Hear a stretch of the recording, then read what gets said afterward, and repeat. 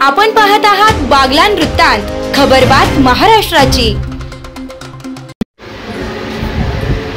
वटार येथील माजी सरपंच रामदास खैरनार यांचे नातू व सागर ज्ञानदेव खैरनार यांच्या एकुलता एक मुलगा स्वराज याला पहाटे 4 वाजेच्या दरम्यान अतिविषारी जातीच्या सापाने चावल्याने दवाखान्यात पोहोचण्याच्या आधीच मृत्यूने गाठले।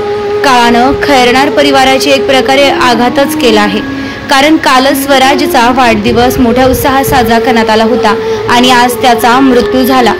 स्वराज हा 3 वर्षाचा एकुलता एक मुलगा होता। साप इतका विषारी जातीचा होता की दवाखान्यात जाण्याच्या आत स्वराजला मृत्यूने कवटाळलं। बालकाचा दुर्दैवी मृत्यू झाल्याने ह्या कुटुंबावरती मोठा दुःखाचा डोंगर कोसळलाय। परिसरात सर्वत्र हळहळ व्यक्त होत आहे। रात्री स्वराजचा वाढदिवस साजरा केला व सकाळी अंत्यविधी करण्यात आला।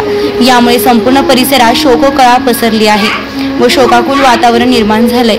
वेळ काळ कशी येईल हे सांगता येत नाही। रात्री सर्व कुटुंब आनंदाने स्वराजचा वाढदिवस मोठ्या आनंदाने साजरा करत होतं।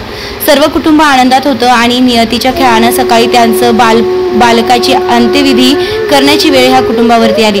पहाटे 4 वाजेच्या सुमारास अतिविषारी जातीच्या सापाने चावल्याने लक्षात येताच खैरनार कुटुंबाने स्वराजला तात्काळ सटाणा येथे दवाखान्यात नेण्यात आलं। सटाणा येथील ग्रामीण रुग्णालयातील वैद्यकीय अधिकाऱ्यांनी मृत घोषित केलं। सर्पमित्र देवा पवार यांना तात्काळ घटनास्थळी बोलविण्यात आलं। सर्पमित्र देवा पवार यांनी आपल्या युक्तीने पलंगाखाली लपलेल्या पहाडी कोब्रा जातीच्या सापाला लगेच पकडून नैसर्गिक अधिवासात सोडण्यात आलं। बागलाण वृत्तांतासाठी मनोज बागुल, वटार।